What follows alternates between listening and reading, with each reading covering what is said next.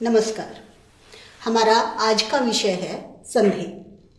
संधि का शाब्दिक अर्थ है मेल। यदि मैं आप लोगों से पूछूं संधि किसे कहते हैं तो आप सबका उत्तर, लगभग बहुत सारे लोगों का उत्तर यही होगा कि दो शब्दों के मेल को संधि कहते हैं। आप गलत नहीं हैं। संधि में दो शब्द होते हैं, नर प्लस इंद्र, दो शब्द हैं। मेल भी होगा, नर और इंद्र मिलकर बना नरेंद्र, हिम आलय मिलाकर बना हिमालय। लेकिन आपका उत्तर थोड़ा सा गलत है।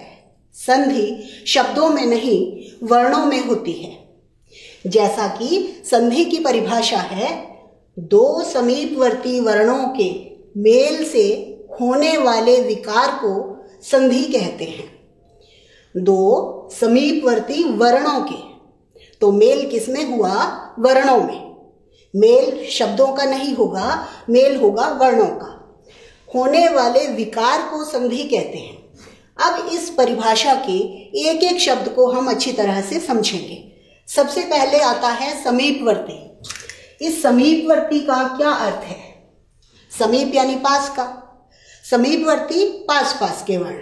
किसके पास के? प्लस इसके पास दो वर्ण, मान लीजिए नर है प्लस इंद्र है, तो इस प्लस के समीपवर्ती वर्ण र में भी जो अ है, र बनेगा र प्लस अ प्लस ई। तो समीपवर्ती वर्ण हुए अ और ई। हमारी व्याकरणिक भाषा में इस पद को कहते हैं पूर्व पद और बाद वाले पद को कहते हैं उत्तर पद। पूर्व यानी पहला, उत्तर यानी बाद का। प्लस के इधर पूर्व पद और इधर उत्तर पद। पूर्व पद का अंतिम वर्ण, यह है पूर्व पद, इसका अंतिम वर्ण हुआ अ। उत्तर पद का प्रथम वर्ण यानी ई। दोनों को मिलाकर, दोनों के मेल से हमने मिलाए अ और ई, इनका मेल किया, होने वाले विकार को, विकार हुआ हमारा ए, यानी अ और ई मिलाकर ए बना। नर प्लस इंद्र नरेंद्र।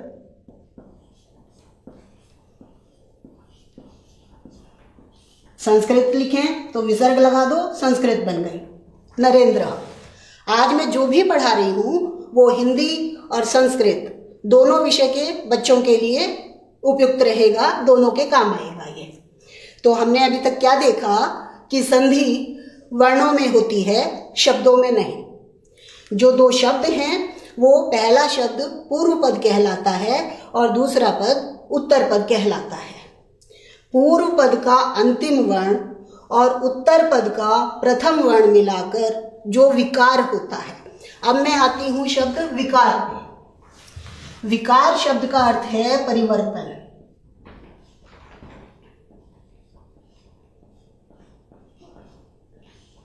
यानी इन दोनों वर्णों को मिलाकर विकार होना जरूरी है, कुछ चेंज आना जरूरी है, परिवर्तन होगा तभी वो संधि कहलाएगी। जैसे जगत प्लस ईशः, यहां किस किस में संधि हो रही है? त और ई में। पूर्व पद का अंतिम वर्ण, उत्तर पद का प्रथम वर्ण, दोनों को मिलाकर विकार हुआ। त को बना द, जब द में ई जोड़ी हमने तो बना दी, और कुल मिलाकर बन गया जगदीशः।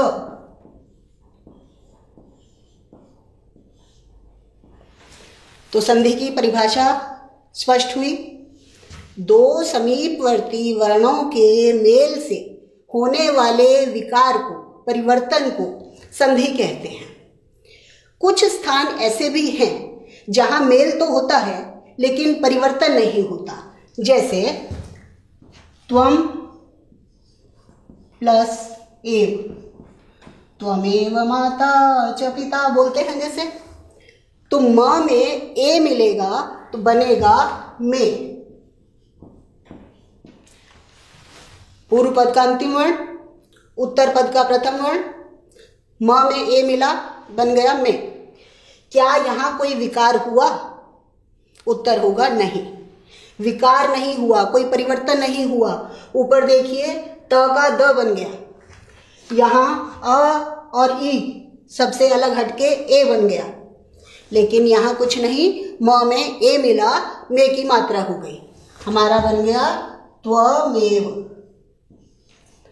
तो ऐसी अवस्था को संधि नहीं संयोग कहते हैं। ये क्या कहलाएगा? संयोग, यानी वर्ण भी है, मेल भी है, फिर भी संधि नहीं है। क्यों? क्योंकि हमारी परिभाषा में से एक मिसिंग है, विकार नहीं हुआ। तो संधि उसे कहेंगे जहां वर्णों का मेल भी हो और विकार भी हो, परिवर्तन भी हो। तो हमने अभी दो परिभाषाएं सुनी, एक संधि, दूसरी संयोग, अर्थात मेल हुआ। एक और उदाहरण से समझाती हूं, निर प्लस आशा, क्या बनेगा? र में आ मिल जाएगा, बस बन जाएगा निराशा। तो ये भी किसका उदाहरण है? संयोग का। ये भी क्या है? संयोग। अब हमारा बचता है वर्ण। अभी मैंने आप लोगों को वर्ण के बारे में कुछ नहीं समझाया। वर्ण किसे कहते हैं? बता सकते हैं वर्ण क्या होता है? मैं लिखती हूं राम, क्या यह वर्ण है? हाँ या ना? नहीं।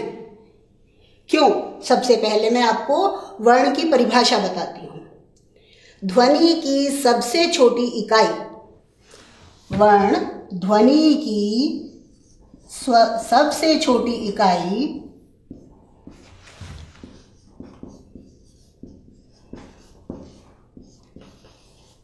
जिसके और टुकड़े नहीं किए जा सकते,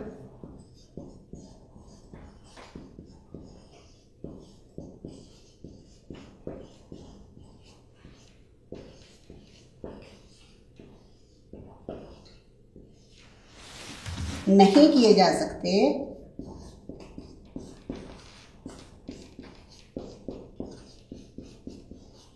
वह वर्ण कहलाती है।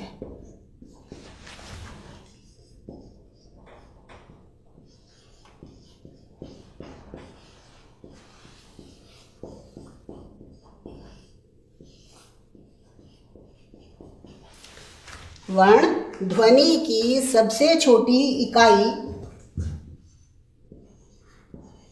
जिसके और टुकड़े नहीं किए जा सकते, वह वर्ण कहलाती है। The smallest unit of sound. हम जो भी कुछ बोल रहे हैं वो सब ध्वनि है। सबसे छोटी इकाई कहलाती है वर्ण। वर्णों को मिलाकर बनते हैं शब्द और शब्दों से बनते हैं वाक्य। तो मैंने पूछा क्या राम वर्ण है? नहीं। क्यों? क्योंकि इसके टुकड़े किए जा सकते हैं।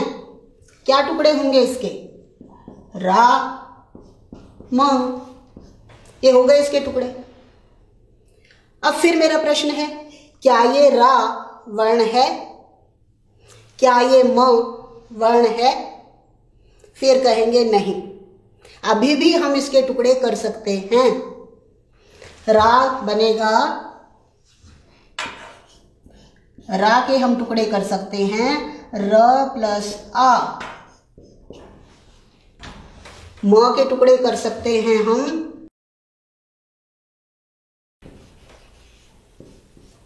म प्लस अ, म। अब बनाइए र आ म अ राम। अब है ये सबसे छोटी इकाई। अब इससे ज्यादा इसके टुकड़े नहीं कर सकते। तो इसका क्या अर्थ हुआ कि ये र वर्ण है, आ वर्ण है, म वर्ण है, अ वर्ण है। तो हमने आज क्या सीखा? हमने आज के इस लेसन में संधि किसे कहते हैं? संधि का शाब्दिक अर्थ है मेल। दो समीपवर्ती वर्णों के मेल से होने वाले विकार को संधि कहते हैं। ये जो दो शब्द हैं इनको हम पद कहते हैं। पहला शब्द कहलाता है पूर्व पद, बाद वाला पद कहलाता है उत्तर पद। पूर्व पद का अंतिम वर्ण और उत्तर पद का प्रथम वर्ण मिलाकर जो विकार होगा, परिवर्तन होगा, उसे संधि कहते हैं। और जिस स्थिति में परिवर्तन नहीं होता, नो चेंज, उसे हम संयोग कहते हैं। जहां संधि तो हुई है, मेल तो हुआ है, लेकिन विकार नहीं हुआ, उस स्थिति को हम संयोग कहते हैं। त्वमादि, त्वमेव, त्वमपि, ये ज्यादातर म अंत वाले वर्णों का ही होगा। अभी फिर हमने तीसरी चीज ली, वर्ण। वर्ण किसे कहते हैं?